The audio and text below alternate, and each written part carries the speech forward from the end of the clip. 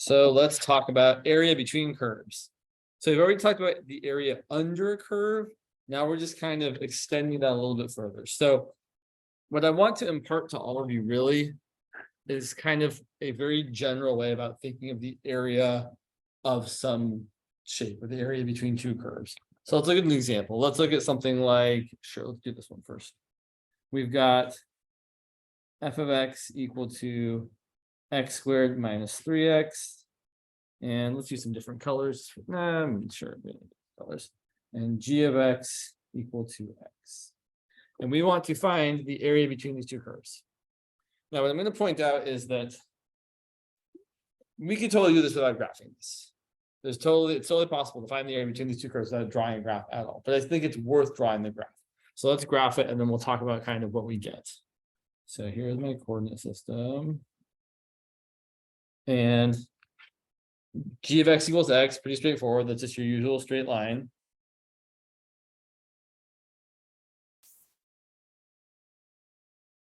And f of x equals to x squared minus 3x is a parabola. If you factor it, it's pretty easy to see that the intercepts are 0 and 3. So we're going to get something that looks vaguely like this.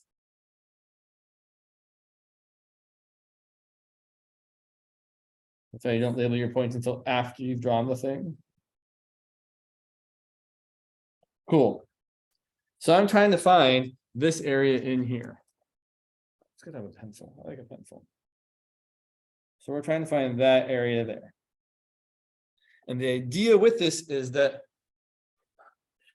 even though it's not super gone into great detail in this class, the idea of finding the area under a curve, between two curves, or some region is we're always going to think about adding up a bunch of little rectangles. That's always kind of the idea. So what I'm going to do is I'm going to draw a few rectangles. So I've got rectangles here, rectangle here. I'm just adding up a bunch of rectangles. So we're adding up rectangles.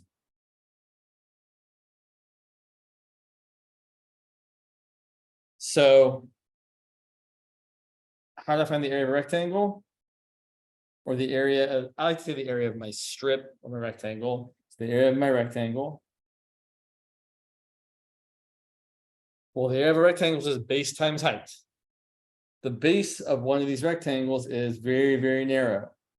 We typically call that base a very small change in x.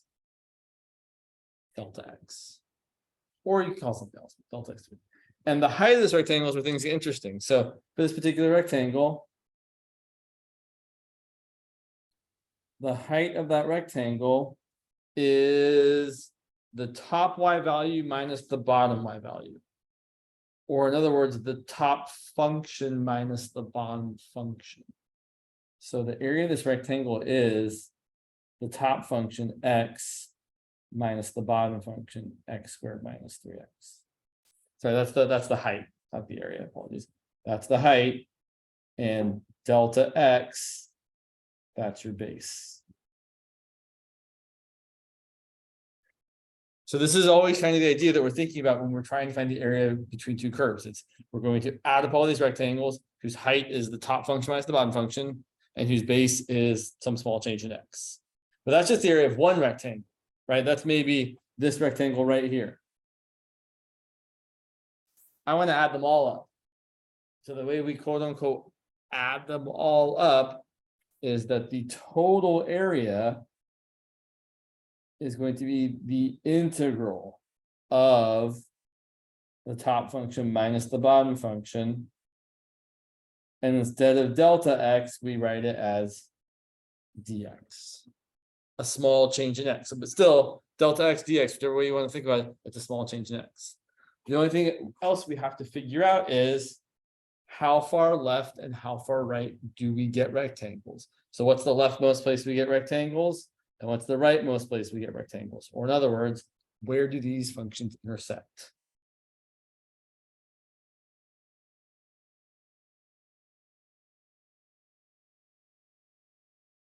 Well, to find where these two functions intersect, we're going to set them equal to each other. So we're going to set x squared minus 3x equal to x. We're gonna bring everything to one side. We get x squared minus 4x equal to 0. Factor out an x.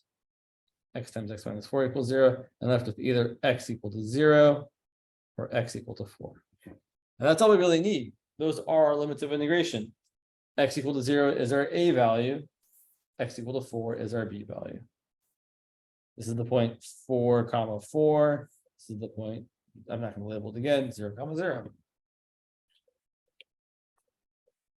So that's all, that's the setup, right? We're just adding up all of these rectangles. Here's their height, here's their base. And we're adding from as far left as x equals 0 to as far right as x equals 4. The rest of it is just processes we've already seen. Anti-differentiating, plugging in the top thing, subtracting, plugging in the bottom thing. So when we do this one, I would probably simplify the integrand before I integrated. So I would write this as the integral from 0 to 4 of x minus x squared minus 3x is going to simplify down to 4x minus x squared. And now I'm going to integrate and get 4x squared over 2 minus x cubed over 3 from 0 to 4. I could probably make that a 2x squared, so making it a 4x squared over 2. So that's going to equal 2 times 4 squared minus 4 cubed over 3 minus, I should at least think about what happens if I plug in 0. If I plug in 0, I get 0 minus 0. Okay. So this is going to be what? 2 times 16 is 32 minus 64 thirds. 32 becomes 96 thirds minus 64 thirds, so 32 thirds. So there's 32 thirds worth of area in this shape, in this area between these two curves. So this is a pretty typical way of doing things here. We find the points of intersection to find our limits of integration, and then we integrate the top thing minus the bottom thing. Questions so far before we do some more examples?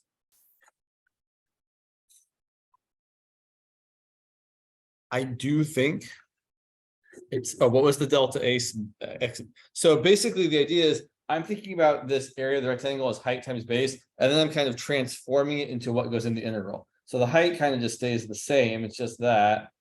And the base we change, instead of writing it as delta x, we write it as dx.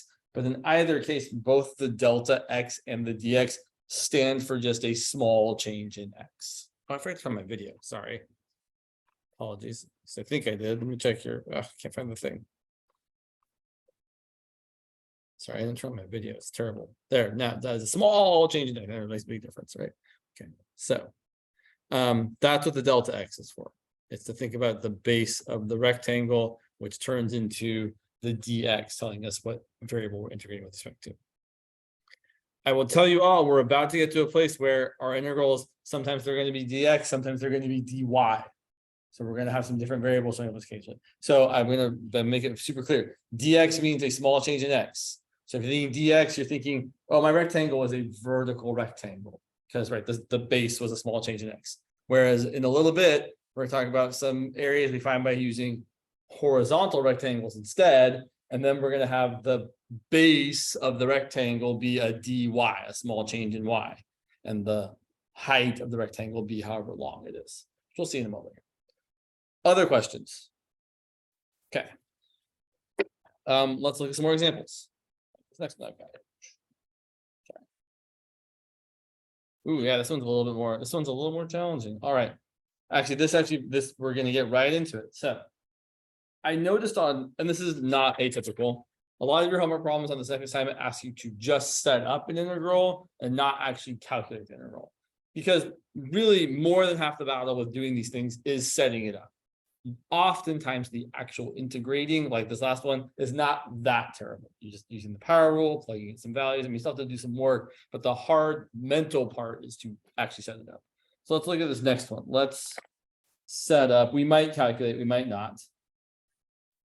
Set up an integral, yeah, for the area bounded on the right side, or on the right, by the function y equals x squared. On the left by the function y equals 8x, and above by y equals 16. So I will say, when you've only got two functions, like, so I'll just point out in this previous example we were doing just a moment ago, it's totally possible to have done this one without graphing it by just finding the points of intersection and then determining which function was larger by picking some value between your points of intersection.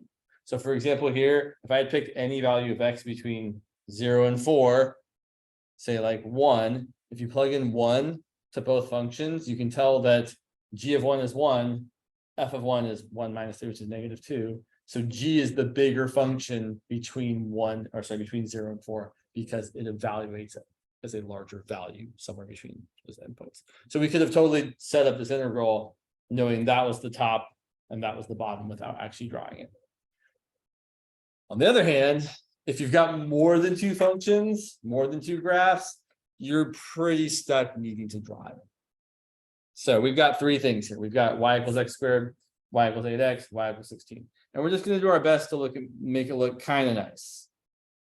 So y equals x squared, usual parabola. Okay, it's not the best, but whatever. Y equals 8x is a nice, very steep straight line. And these probably do eventually intersect somewhere.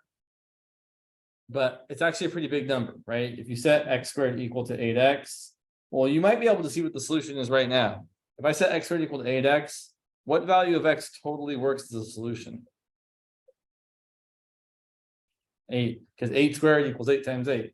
0 also works, of course. So these do intersect somewhere, but it's really high, right? Because if x is 8, y is going to be 64. And that's much higher than what we said, what we're bounded above by, which is y equals 16. So we're not going to really bother trying to draw it so that it looks like we get the other point of intersection here.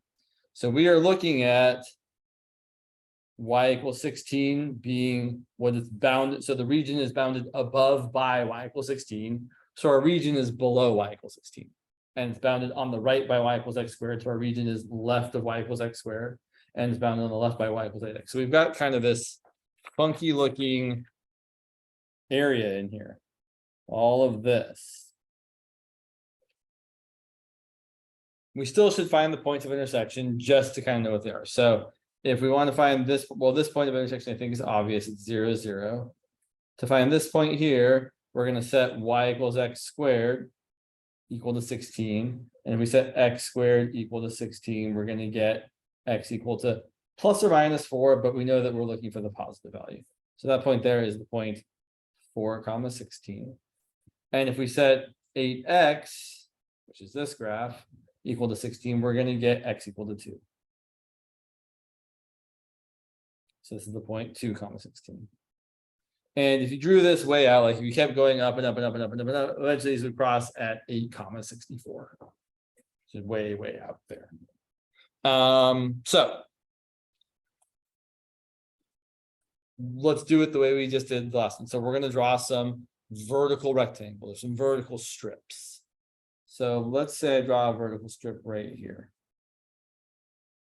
And I want to find the area of that. I want to think about the area of that rectangle. Really, I'm just thinking, okay, top minus bottom.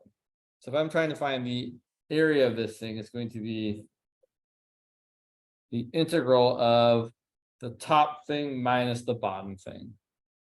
And we always want to do top minus bottom because top will be bigger than the bottom, and so the thing will be positive, right? You want to have a positive length. If you switch up the order of subtraction, you get a negative length, which is an issue. So here I'm going to have the top function, which is 16, minus the bottom function, which is x squared. Now, here's a good question. Oh, don't forget the dx. So I want to point out again, right? That's just my height times base, 16 minus x squared times dx. My limits of integration here are actually a little funky because the top function is only y equals 16 as far left as right here. So what we actually have here is we have a breakpoint. From there left, we have a different top function. So what happens is this integral is perfectly fine when our limits of integration are from 2 to 4. that's going to give us this area here, which I'll do in blue.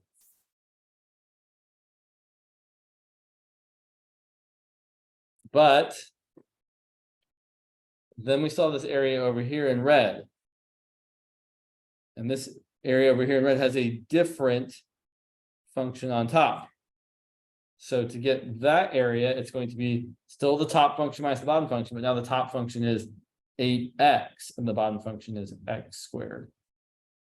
So there's our rectangle, right?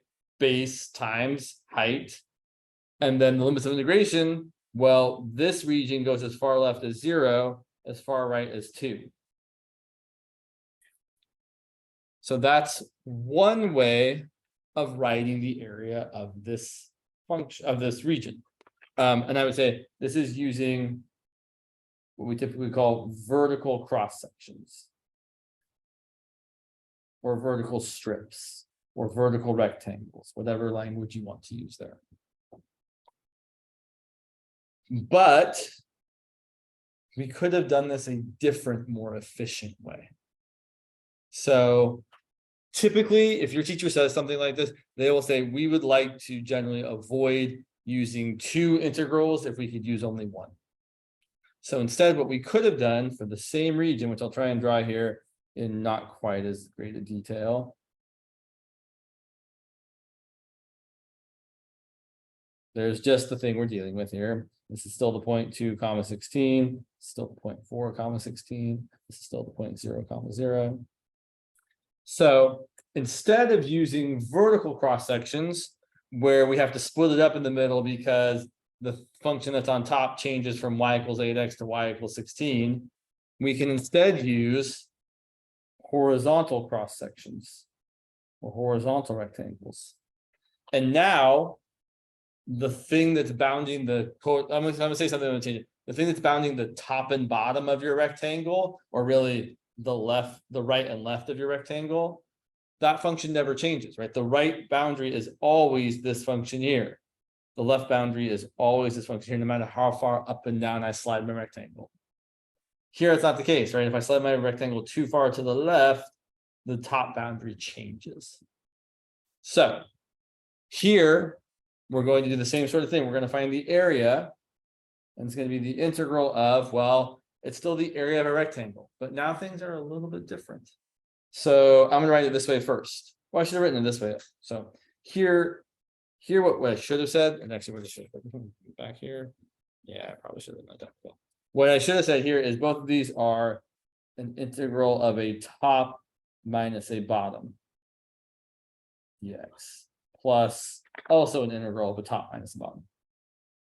So whenever you're doing vertical cross sections, which comes with the dx, you're doing top minus bottom. Whenever you're doing horizontal cross sections, which come with a dy, because it's a small change in y that's representing your base, you're not going to do top minus bottom. You're going to do right minus left. So when it was top minus bottom, it was top because the top was the bigger y value minus the bottom, which is the lesser y value. When it's right minus left, you're doing the bigger x value minus the smaller x value. So we're going to do right minus left. All right, so now here's where things maybe feel a little bit weird. dy means our variables better be y's and not x's. So our right function was y equals x squared, and our left function was y equals 8x, but we have to solve each of those for x. So instead of y equals x squared, we're going to change that into x equal to the square root of y. And that's our right function. Instead of y equals 8x, we're going to solve for x and say x equals y divided by 8. So whenever your integral is using horizontal cross sections, meaning dy is the base of your rectangle, your functions have to be functions of the variable y. Meaning, if you've typically got y as a function of x, you need to solve for x as a function of y. So here we've got, right minus left. So square root of y minus y over 8 dy. And our new limits of integration. So before, our limits of integration were as far left and as far right as your rectangle. I think of it as sliding back and forth. So a vertical rectangle slides this way, or horizontal rectangle slides this way. So if I slide this back and forth, this can go as far left as 2, as far right as 4, and then this one over here goes far left as 0, as far right as 2. Here we're asking how far down and up our horizontal rectangle can slide. So we can slide as far down as y equals 0 and as far up as y equals 16. So this integral and these two integrals added together both represent the same area. And if we were to actually calculate both of them, they would turn out to be the same. Now, I should say, this one certainly looks like a lot less work to calculate. We should calculate them. It's good practice. So let's calculate the second one first. Maybe we'll do the other one. If I was going to calculate this one, the integral from 0 to 16 of the square root of y minus y over 8, I would do two things before I integrate it. I would write this as y to the 1/2 minus 1/8 times y. And we can't really pull out that 1/8 because it's not multiplied by everything. You could if you really wanted to, and then you'd have like an 8 times y to the 1/2, or you can break it up as 2 integrals, but I'm just going to leave it. So we're going to write this as y to the 1/2 plus 1 is 3/2, dividing by 3/2 is multiplying by 2/3, minus 1/8 times the integral of y is y squared over 2, from 0 to 16. And then the numbers often get gross. So that is one of the downsides about definite integrals, is often when you get to the part where you plug things in, things get a little not nice. But plugging in 16, we get 2/3 times 16 to the 3/2 minus 1 over 8 times 2 is 1 over 16. So I'm going to get 16 squared over 16. And then you should always at least check about plugging in 0. A lot of the time it's going to just give you 0, but not always. So always make sure you check. If I plug in 0, oh yeah, I get 0 minus 0. Cool. Now this actually this isn't too terrible to simplify. 16 to the 3/2 is 16 to the 1/2, which is 4, and then 4 cubed, which is 64. So that's going to be 2/3 times 64, and 16 squared over 16 is 16, which is great. So we end up with 128 over 3, and then 16 is 48 over 3. So we end up with 80 over 3.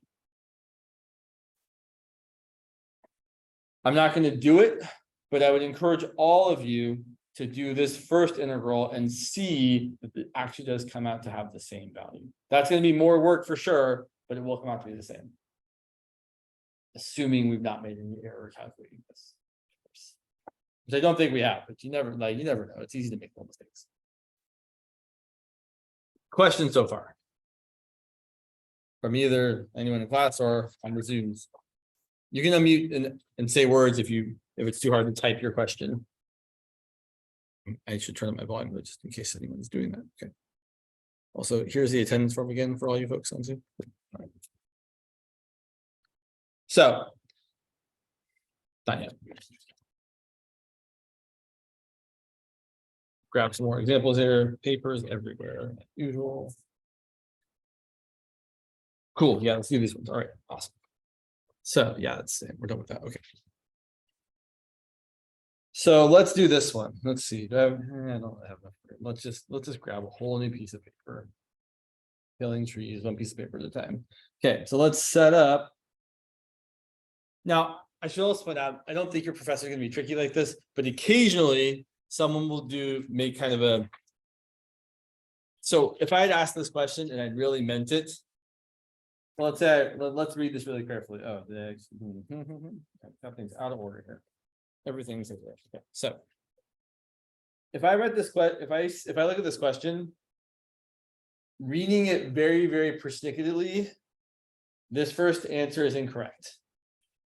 Because what I wrote, and what sometimes people actually focus on, is I wrote set up an integral for the area bounded, meaning you can only have one integral. And this is not just one integral. So sometimes people will use that language to mean you have to set it up so you only have one integral. So if it looks like this, you have to use horizontal cross sections because using vertical cross sections will result in two integrals.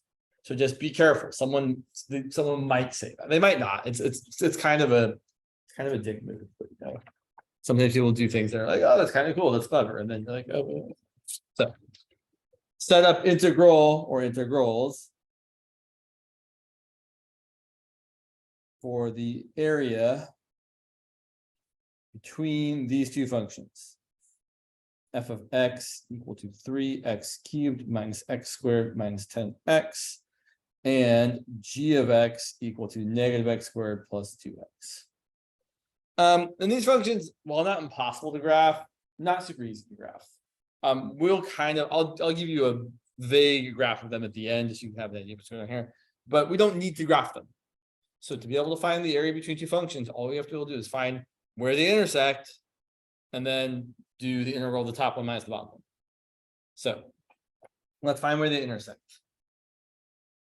So intersection points, we're just going to set them equal to each other.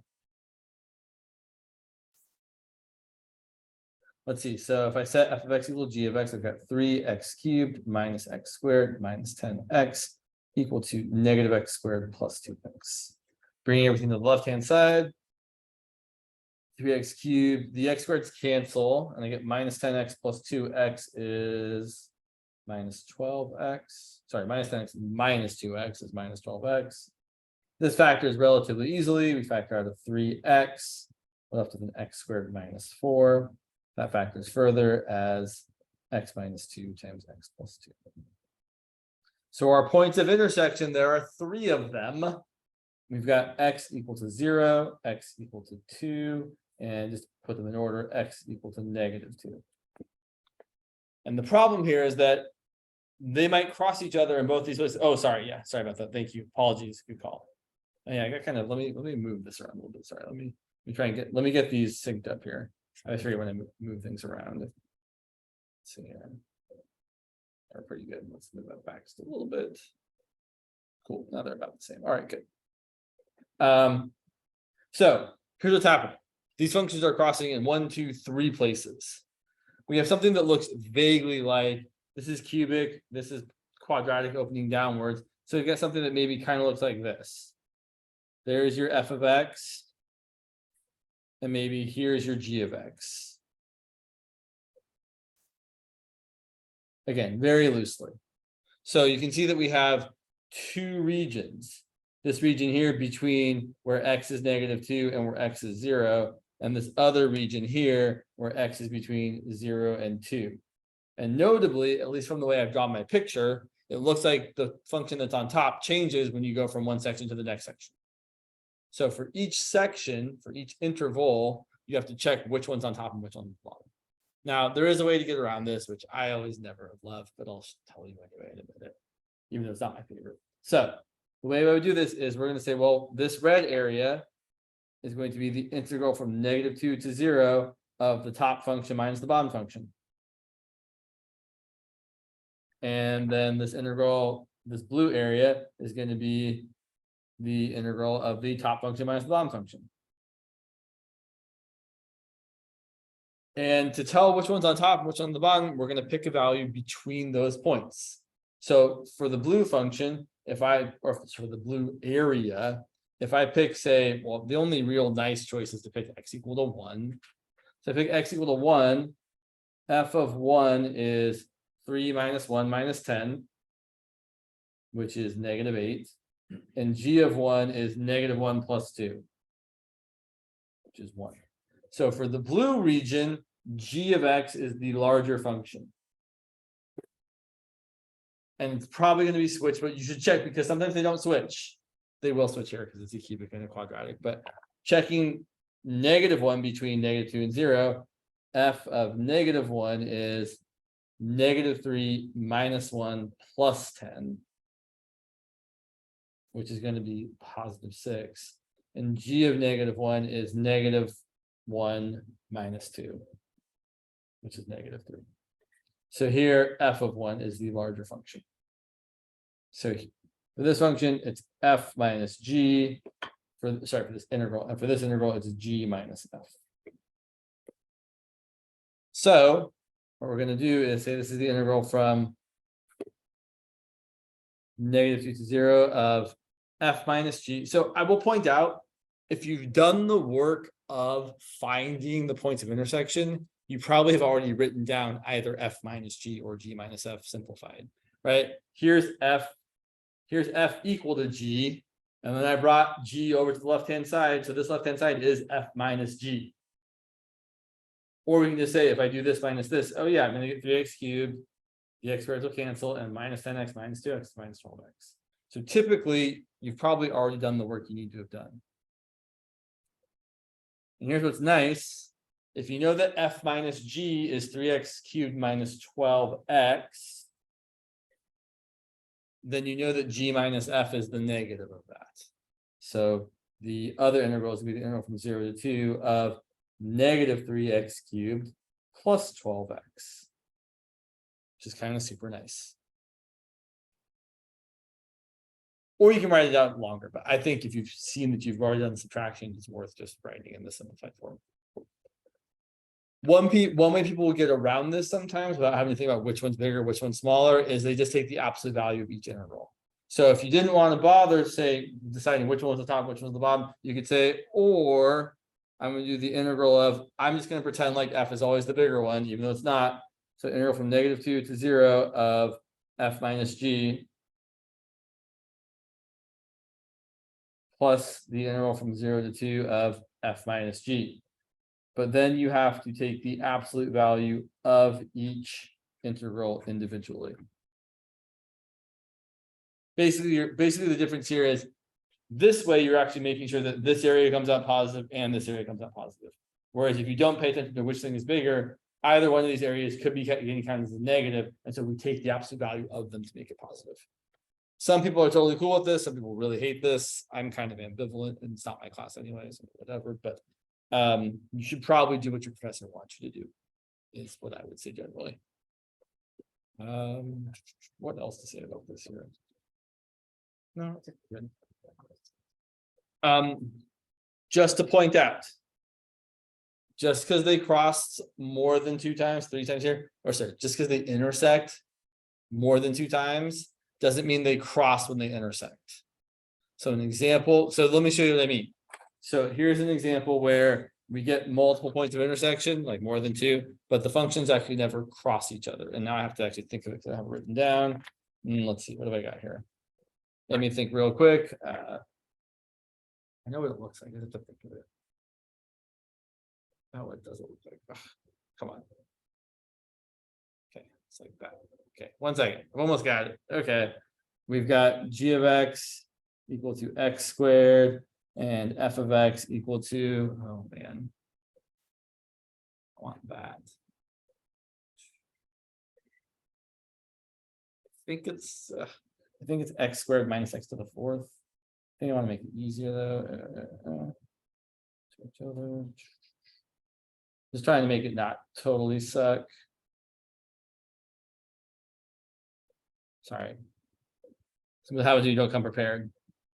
That should be fine. This is probably going to suck a little bit, but it'll be okay. I'm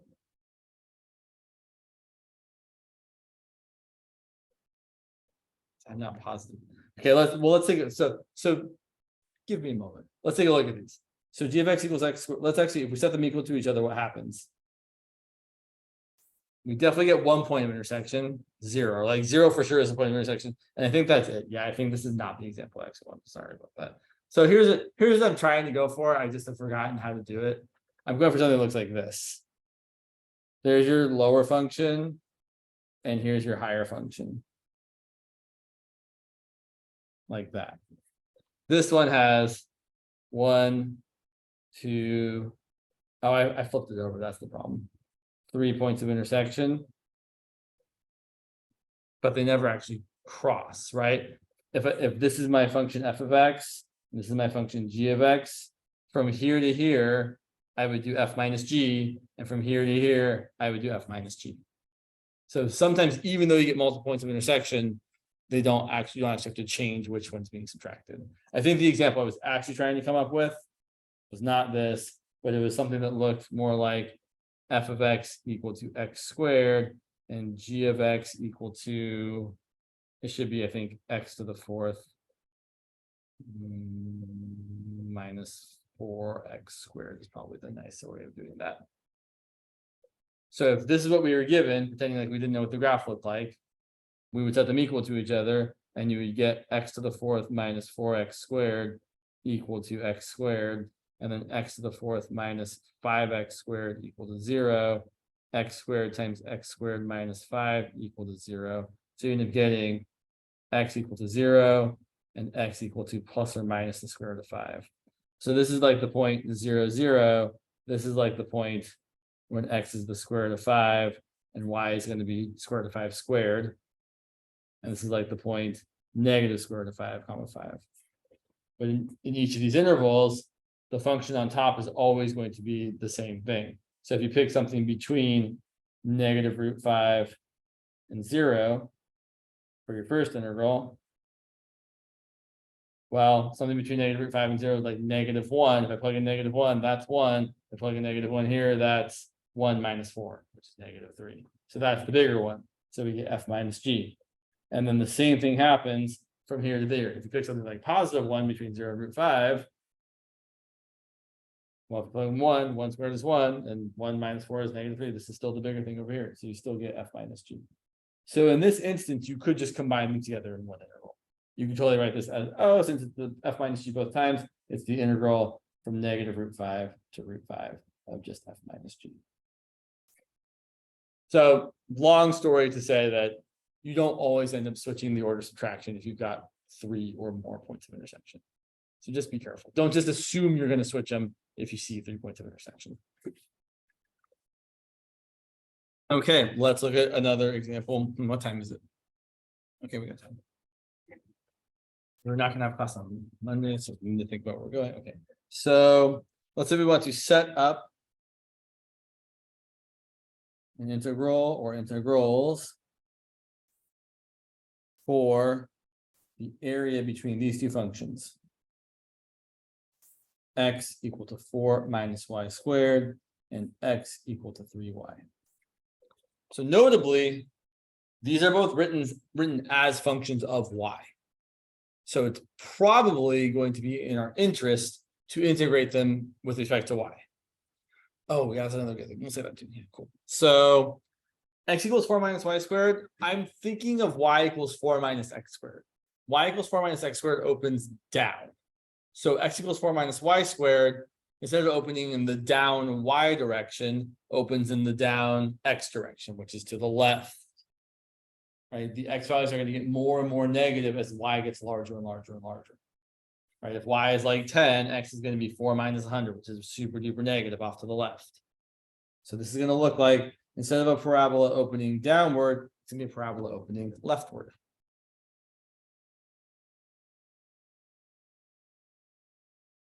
Where the x-intercept is positive 4 and the y-intercepts are 2 and negative 2. We do our best to draw it. X equals 3y is a straight line. I'm thinking it was y equals 1/3 x, so I can think of it when I graph it. But it's still going to look just like usual kind of line through the origin. Go through the origin, James. Come on. Sure, that's reasonably decent line, maybe. And we can see from graphing there's a couple points of intersection. We also could have found them, right?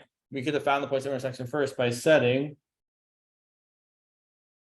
3y equal to 4 minus y squared, and then bringing everything to one side. So if y squared plus 3y minus 4 equals 0, y plus 4 times y minus 1 equals 0. So we get y equal to negative 4, which is that point there, something comma negative 4, and we get y equal to positive 1. Something comma positive 1. And I might not actually care what those x values are. So until there's a moment where I actually need them, I don't think we should spend time trying to find them. Because it looks to me probably going to be doing this integral in terms of the variable y. I haven't seen a good reason to change to the variable x yet. Specifically, if things are written as functions of y, you really need a good reason to change the other way. So I'm going to just go with horizontal cross sections here. Cool. So horizontal cross sections, that means I'm going to integrate. I'm going to go right minus left, or blue minus red if you like the colors of the functions of the graphs I'm doing. dy, and my limits of integration. Okay, let me ask you all, how high do my rectangles slide? What's the highest value we get to? +1. How low do we go? Down as far as -4. Typically, right, unless something, so there are some weird, no, actually I take that back. There might be some weird problems where they kind of artificially cut it off. Like sometimes they'll say find the region, the area of the region bounded by these two graphs and like the line y equals -3 and y equals 0 to kind of make it some artificial thing, which is tell you which limits of integration are. But if they just give you a region like this, we just do it like this. So we're going to get the integral from -4 to 1 of the right function, which is 4 minus y squared, pretending we didn't have the graph. How would I know which function was the right or the bigger function? Well, I pick any number between my limits of integration. Why does that have to be between? Well, because I pick actually the endpoints, they're equal to each other. If I pick 1, 4 minus 1 is 3, 3 times 1 is 3. If I pick -4, 4 minus -4 squared is -12, 3 times -4 is -12. If I pick something in between, which is the region I'm looking at, I'll actually find out which function is further to the right, which function is bigger. So if I pick something like, well, I'm going to pick 0, because of course I'm going to pick 0 if I can pick 0. If I let y equal 0, 4 minus 0 is 4, 3 times 0 is 0. So this is definitely the bigger function. This is my bigger right function. So I get 4 minus y squared minus the left function, which must be the other one, which is 3y. And I will stress, if on an exam, the question says set up the integral, don't solve it. Right? I know you just took an exam, it's a wasteful exam, but there will most likely be a question, at least one where they just ask you to set a thing up and not actually to integrate it. So be aware of that. Don't do work you don't need to do on an exam, especially. There's certainly also some homework problems where they're asking you to just set up and not do the integral, but you should be aware of that. Yeah. Cool. So let's say, we wanted to do the following. Let's do. We have one more. Yeah, we have time for more. So sometimes we integrate a particular way because it's either set up that way or because it's convenient. Like for the one back here where the region was kind of funky. Sorry, this one. This one definitely made sense to do as an integral with respect to the variable y, because it's just nicer to do one integral versus two. But sometimes there are other extenuating circumstances of why you might do an integral one way versus another, like the following. I want to find, or let's say find the area bounded by the graphs. Actually, find the area of the region bounded by, but whatever. Y equal to the natural log of x, y equal to 0, and x equal to e. Note that is not x equal to e to the x, that is, or e to the y, that's just x equal to a straight up e. That's like a vertical line, x equals about 2.7. So graphing it, we've got the following. Y equals natural log of x is this looking thing here. Intersects at 1, 0. Y equals 0 is just another name for the x-axis. And x equals e is a vertical line. I've probably drawn it too far to the right. Fine. So x equals e. And so I could totally do this using vertical cross sections. Where's my red pen? My red pen. Fine. Okay, there we go. So using a vertical cross section, I'm going to do top minus bottom. So using vertical cross sections, our integral is going to be the integral of top minus bottom. And actually, we can even just see from our picture what the limits of integration are going to need to be. Our strip can go as far left as 1 and as far right as e. So our limits of integration are from 1 to e.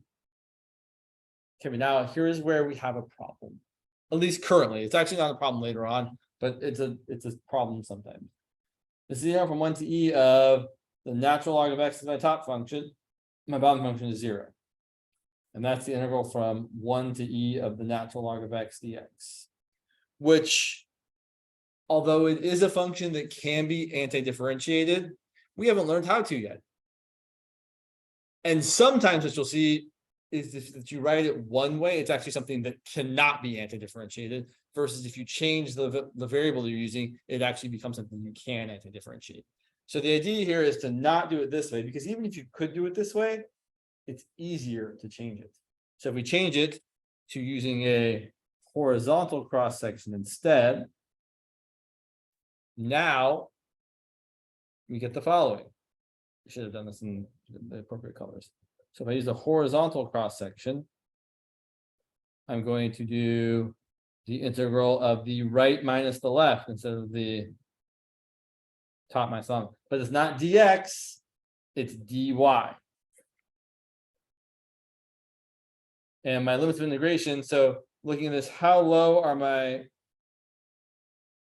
rectangles going to go? Down to 0. How high are they going to go?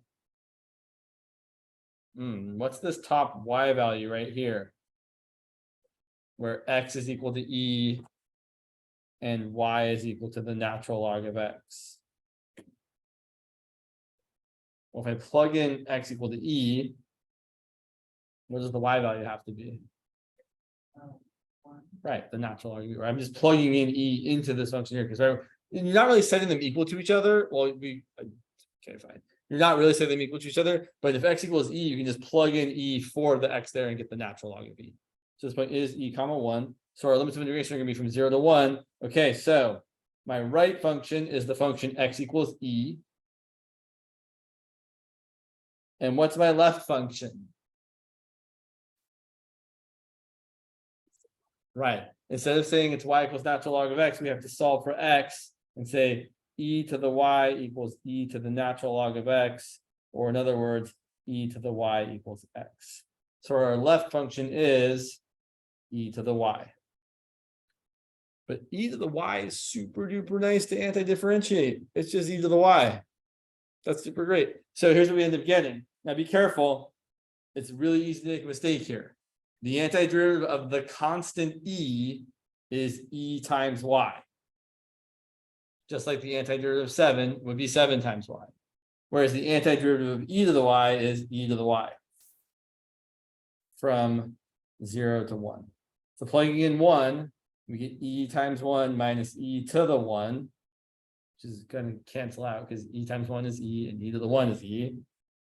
Minus plugging in 0, we get e times 0, which is 0, minus e to the 0, which is 1. So we end up getting e minus e minus 0 minus 1. So minus 1 is 1. So it's kind of interesting, I think, that this area from 1 to e under the natural log function is exactly just 1.